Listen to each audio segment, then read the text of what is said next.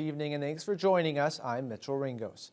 Ontario Provincial Police say one driver is dead following a collision on Highway 102 between a snowplow and a tractor trailer last night at 9:55. OPP say the Miller snowplow was heading west on Silver Falls Road while plowing snow when it collided with the tractor trailer heading east. As a result of the crash, the 52-year-old Thunder Bay snowplow driver was pronounced dead at the scene, while OPP say the driver and passenger of the tractor trailer were not injured. Highway 102 was closed from the MTO weigh scales near Government Road to Highway 1117 Junction, but has since reopened. Meanwhile, here in town, police arrested 3 suspects and seized a significant quantity of drugs and a pair of firearms during an investigation into a home takeover on the city's south side yesterday. The home takeover took place in the 900 block of Simpson Street at 9:30 Friday morning, leading to police arresting 3 suspects and seizing a significant quantity of drugs, including suspected cocaine, crack cocaine, fentanyl, and cash. Police also seized a rifle and a handgun. The estimated street value of the drugs seized was $53,000, with over $10,000 in cash. All 3 appeared in bail court today.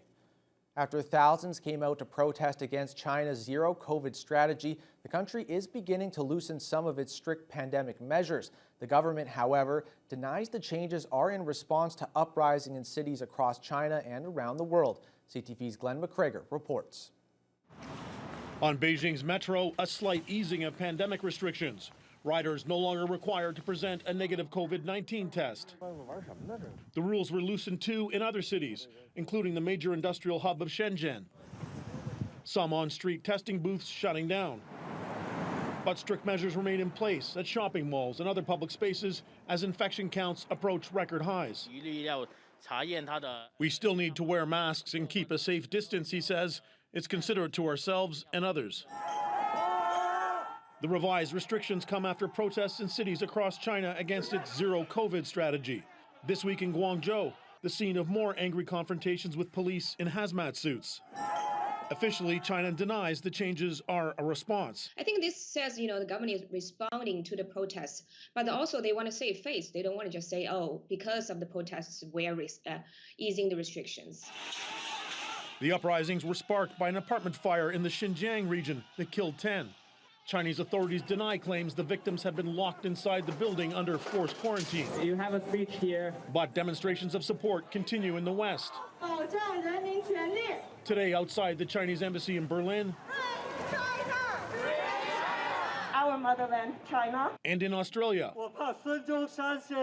where expatriates are freer to speak out against China's authoritarian leader. And Xi Jinping is still in power, and so the protest should be continued. The protest can never stop. Even on China's streets, President Xi is facing unprecedented public calls for his resignation as he tries to control the outbreak without hobbling an economy still reeling from the pandemic. Another reason China may be backing off its zero-COVID strategy is the price. Local governments have had to bear the costs of lockdowns, increased testing, and other measures, and some are running up big deficits. Glenn McGregor, CTV News, Ottawa. With application deadlines just a few months away, Confederation College hosted their annual open house this week for prospective students to learn about their programs, student life, and how to finance their education. It was the college's first in-person open house in 2 years, as the last few ones were held virtually. Over 300 high schoolers and other prospective students were in attendance to meet with faculty and coordinators from a dozen of the college's 65 academic programs.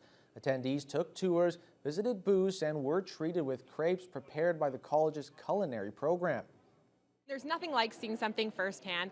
When you come here and you see inside our labs and facilities and where you'll be learning and see how hands-on the opportunities are, it's very exciting for students to see what they will encounter here as a student. We are in the culinary department, so we're selling people with food.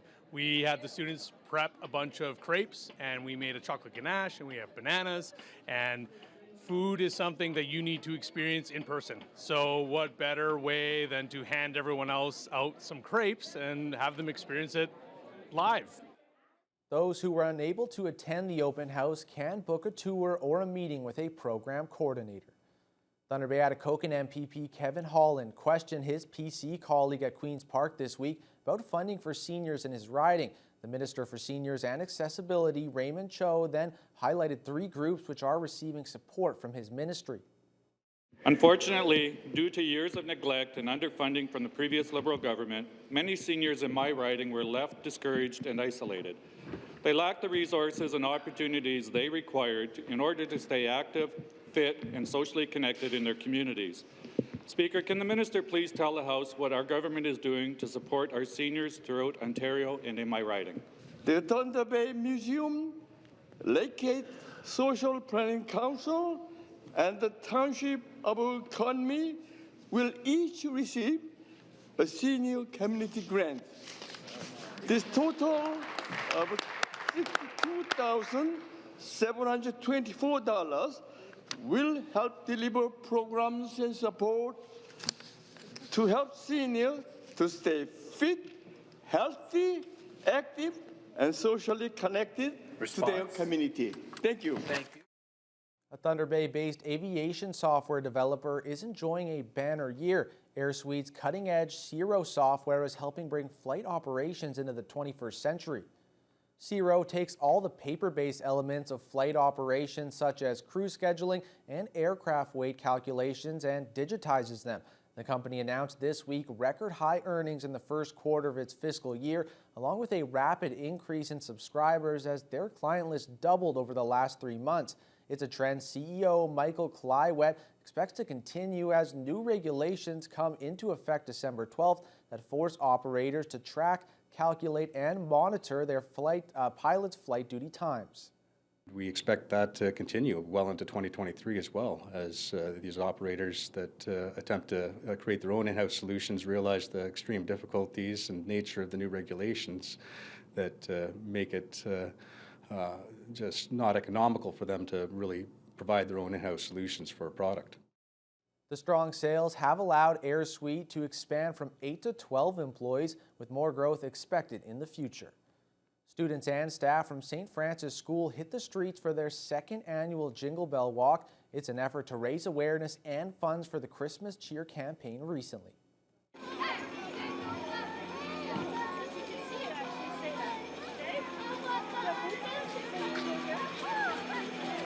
Students, guardians, teachers, and of course Santa took to the streets, walking along Redwood Avenue, Churchill Drive, and James Street before returning to the school, all while collecting donations and spreading Christmas cheer. We spoke to some of the students about what their goal is and how they hope to accomplish it. We are raising money for Christmas cheer so they can buy food and water for people in need. And to give to our community so everybody can have a wonderful Christmas. The goal of the walk is to collect donations. So we have 2 wagons with donation cans in them, and we're hoping that the neighbors, their families, their babysitters all come out and stand on the side and donate money as we walk by. The amount to be raised this year was $500, but both students and staff alike felt confident they could surpass that amount. After a 2-year hiatus, CP Rail's holiday train was back on the move, traveling across the continent to raise funds for food banks across their network. The train made its stop into Thunder Bay last night and featured live performances by Canadian artists Tennille Townes and Isanabi.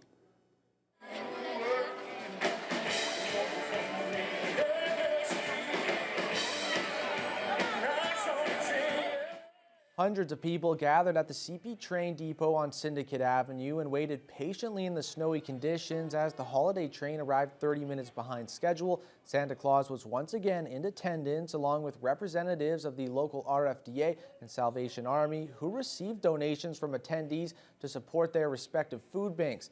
And earlier Friday, the holiday festivities were also taking place at the courthouse for the second annual lighting of the Fort William Christmas tree.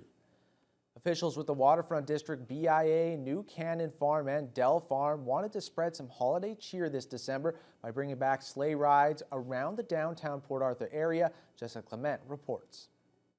The cold wind didn't deter residents from taking a ride on a horse-drawn carriage Saturday afternoon and meeting some farm animals soon after. The 15-minute ride started outside the Lakehead Beer Company and made its way around the block, traveling up Park Avenue, turning right onto Court Street, heading down Red River Road, and finally going back onto Cumberland Street. Up to 12 people are able to go on at a time, and the carriage gives residents the chance to enjoy the sights of downtown Port Arthur and meet Dell Farms' hardworking horses, Bella and Clover. Waterfront District BIA Executive Director Kara Pratt says they want to make the Waterfront District a great place to experience the holiday season.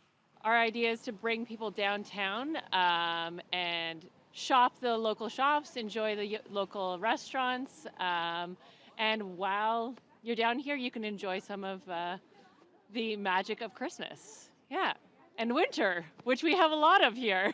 Dell Farms has brought their horses to the waterfront for a number of years, and Kyle Lansdale says he enjoys being able to bring the country into the city. Everyone seems to enjoy it. They see the horses and they got their cell phones out taking pictures, and so we thought we'd come out here again, and we brought the animals with us this time. And said a lot of times people had mentioned that they'd never seen a horse before, and so it's a good chance to bring the country into the city. Unfortunately, the petting zoo won't be stationed on site for next Saturday, but Pratt says there will be other fun sights to see in the following weeks. Next weekend we have the Grinch, which is another animal of his own, for both Saturday and Sunday, and the horse and carriage will be here on the Saturday. Tomorrow, December 4th, or the 4th of December, we have Sunday with Santa at Red Lion next door. And the 17th, Santa will be returning for some photography or some photographs with kids and adults alike.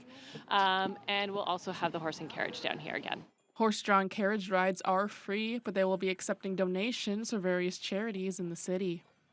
Rides will be available on December 10th and 17th from 11 to 3 p.m.